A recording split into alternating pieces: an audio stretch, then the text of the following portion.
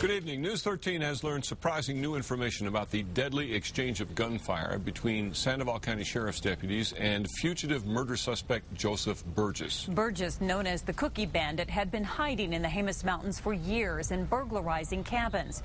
Early last Thursday, Sheriff Sergeant Joe Harris and Deputy Teresa Moriarty were on a mission to catch Burgess. Here's Jim Winchester with what we now know about what happened.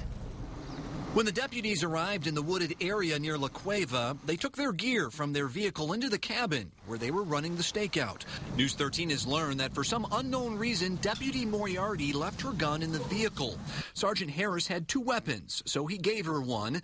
News 13 has learned it was a gun that Moriarty was not familiar with. Sometime later, as the deputies hid inside the cabin, Burgess came in through a window.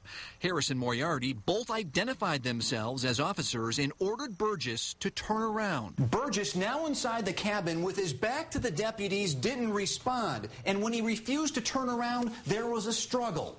But the two of them were able to take into custody and handcuff Burgess. Burgess was now handcuffed, his arms behind his back. But somehow he was able to pull out a .357 revolver from underneath his clothing and began shooting wildly.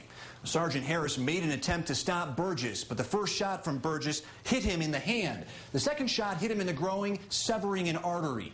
Now, News 13 has learned that as Sergeant Harris lay here mortally wounded, his partner, Deputy Moriarty, attempted to fire a weapon that she was not familiar with. Burgess then started to fire at Moriarty, who attempted to return fire but wasn't able to work the gun, handed it back to Harris, and Harris then shot and killed Burgess. Moriarty then ran to a neighboring cabin and asked residents to call for help because she didn't have cell phone service nor police radio coverage. News 13 has learned that supervisors at the Sandoval County Sheriff's Office did not know where the pair was. Now, when emergency crews finally reached Harris, they rushed him to the hospital where he died. Diane, back to you. Okay, Jim. State police investigators say the gun Burgess used was owned by a man who vanished in the Jemez 3 years ago. His name is David Ely. The FBI is not releasing details about him, but says this is a 2004 picture of him.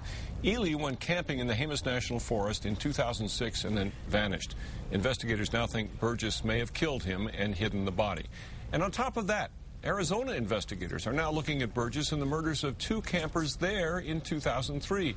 He's also a person of interest in the slayings of a Northern California couple in 2004, and he was actually wanted for killing two Canadian campers in 1972.